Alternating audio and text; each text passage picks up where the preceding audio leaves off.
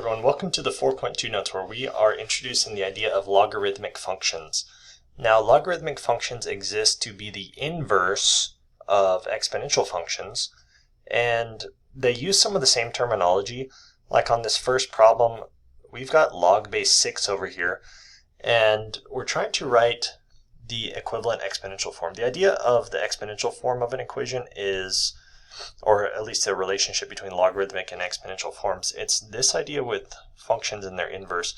If you have some function like f of x that equals y, and then you should be able to plug this y into the inverse function and get x as an answer.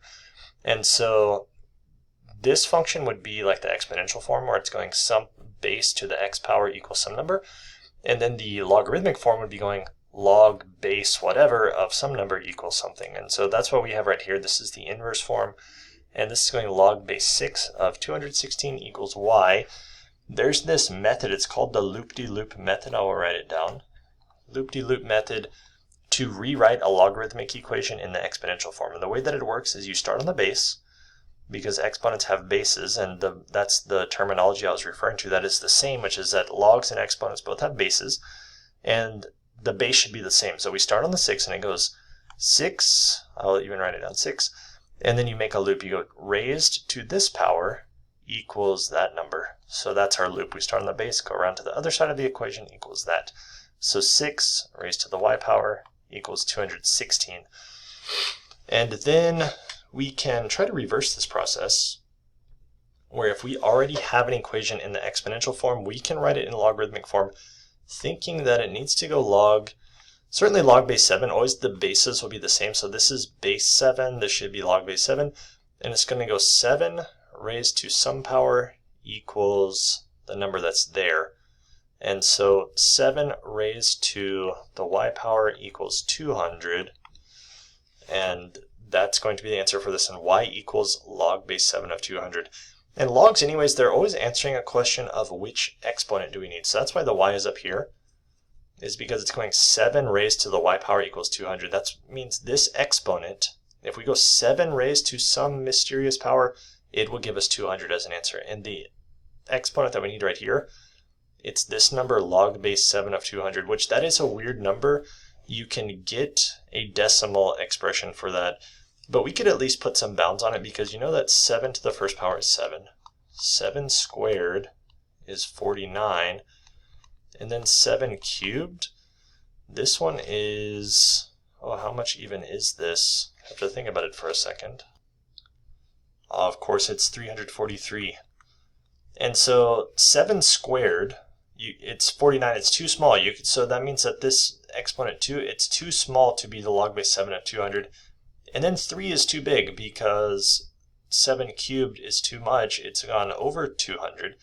That means that this log base 7 of 200, whichever number this is, we know for sure that it's in between 2 and 3, somewhere in there.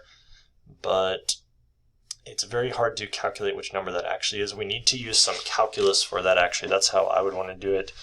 But we can evaluate some easy ones. Like this one, log base 5 of 1/5. I always like to put in equals some number like this equals x next to these, because I want to be able to apply the loop-de-loop method to make this into an exponential equation, where it's going to go 5 raised to that power equals this number. So 5 to the x power equals 1/5. And then hopefully, if the numbers are familiar enough, then we can simply guess what is the correct x to go there. And you may recognize that 1/5, that's the same thing as 1 over 5 to the first power. And when you make a reciprocal like this, 1 over something, you can write that as a negative exponent. So 1 over 5, that's the same as 5 to the negative 1. And then you can see what x is. 5 to the negative 1 power, that's the one that's giving us 1/5. So in this case, there wasn't originally an x, but I'm still just going to write an x equals negative 1. Really evaluate this thing. This is just a number. It's the number negative 1. We don't need x. X was only for illustration purposes. And so we can carry on. I think I'm still going to use x again. This thing equals x log base 4 of 16. It's asking the question 4 to which power equals 16? And 4 raised to some power equals 16. You must know that it is 4 squared. And these ones, you're supposed to simply know it. It is a bit of a trivia question having to do with exponents. Here's a special one because whenever we plug 1 in there, you can imagine setting this up log base 4 of 1 equals something, trying to figure out what it is so that we can implement loop-de-loop method is going 4 raised to some power equals 1. And the number that we should put as an exponent to get 1, it's the same for every base, that we should have a 0 right there. 4 to the 0 power equals 1. Any number, 2 to the 0 power equals 1. 1 to the 0 power equals 1. Also, it can be fractions. It can be something like pi to the 0 power equals 1. So that's something to always remember. Log of 1 will always be 0 because of this. And then we can have also some graphs for log. Log with it being the inverse function for exponential. That means it should be a reflection of the corresponding exponential function across the line y equals x. So that's what I'm going to draw right here is y equals x. And the first one to draw 1/2 to the x power, those ones we could get some sample points perhaps. We plug in -1, 1/2 to the -1 power equals 2. Anything to the 0 power equals 1, that's what we were just talking about. And then if we plug in 1, anything to the first power is itself, so that's going to give us 1/2. And we will end up with a graph looking like this. It has an asymptote on 0, and it's coming in like this. Now if we do log base 1/2 of x, we're trying to accomplish some type of reflection across this line y equals x. Now it can be a little bit tricky to think about what this reflection looks like, but we could similarly just plug in some values, where if we take log base 1/2 of some number, we also can do the trick, by the way, since we've got this point -1, 2, we can just switch x and y, make it be the point 2, -1. We know that that point's going to be on there. But I also want to just think about some values that we could plug in. Like, what about plugging in 1? We just found out that log base anything of 1 should be 0, so this should go through the point 1/2, or it should go through the point 1, 0, I'm sorry, it's this point, because we plugged in 1, we got 0 as an answer, so it goes through the point 1, 0. It also should have log base 1/2 of 1/2. That should be 1 because 1/2 to the first power is 1/2. So it's going to go through the point 1/2 and 1. And then what about something else? What if we plug in the number 2? Log base 1/2 of 2. 1/2 to which power equals 2? The answer is -1. So it goes through the point 2, -1, which is the point predicted by this one, 2, -1. And we're getting this graph. You see how it's coming in here like this? It has vertical asymptote on x equals 0, and then they cross each other. They actually, my y equals x, all this graph is kind of inaccurate. They should cross right on y equals x. And so I missed that point a little bit, wherever that point of crossing should be. But anyways, that's the graph. And when it comes to domains, there's something about logs and the exponential functions, their relationship with the asymptotes. What we could end up drawing as a conclusion is that what we plug into the log, it must be positive. And not only positive, I want to write a different way of writing positive. We are saying this thing 2 minus x needs to be greater than 0. And so this is a way to get started on the domain. You just take whatever's inside the log. It has to be greater than 0, and then if we solve for x in this inequality, it will tell us what x is. And so we can just add x to both sides. It will go 2 is greater than x. And that's actually already it. It looks a little bit more natural to face it around the other way. X is less than 2. That's the domain, or if we want to write it in interval notation, then it's going from -2 up until 2. We do not want to include the endpoint, and that's the domain for this function. We just need to make sure that the inside is positive. And we have this problem, a word problem right here, where the percentage of adult height attained by a girl who's X years old is modeled by this function, which has logarithm in there. I would like to mention with this log, whenever you see log with no base, that's the one that we just had before. F of x equals log of x. there is a base here, but it's just the base of 10 and we don't write it. It's the default one. This one's called common log.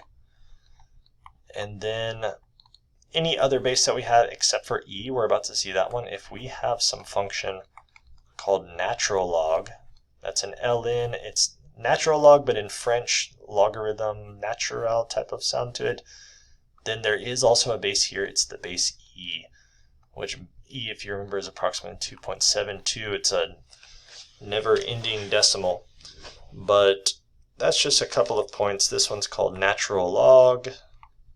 And in this particular problem, we are dealing with the common log. And so that one, calculators are generally going to come equipped with a log button for common log and an ln button for natural log, and no other bases usually, even though some TI calculators you can change the base. There's usually a button for that. But let's see, we're looking for where approximately what percentage of a girl's height has she attained at the age of 13. And so x right here, it says represents the age. So we just want to plug in 13 for x. F of x is going to be the percentage, so we're looking for what is f of 13.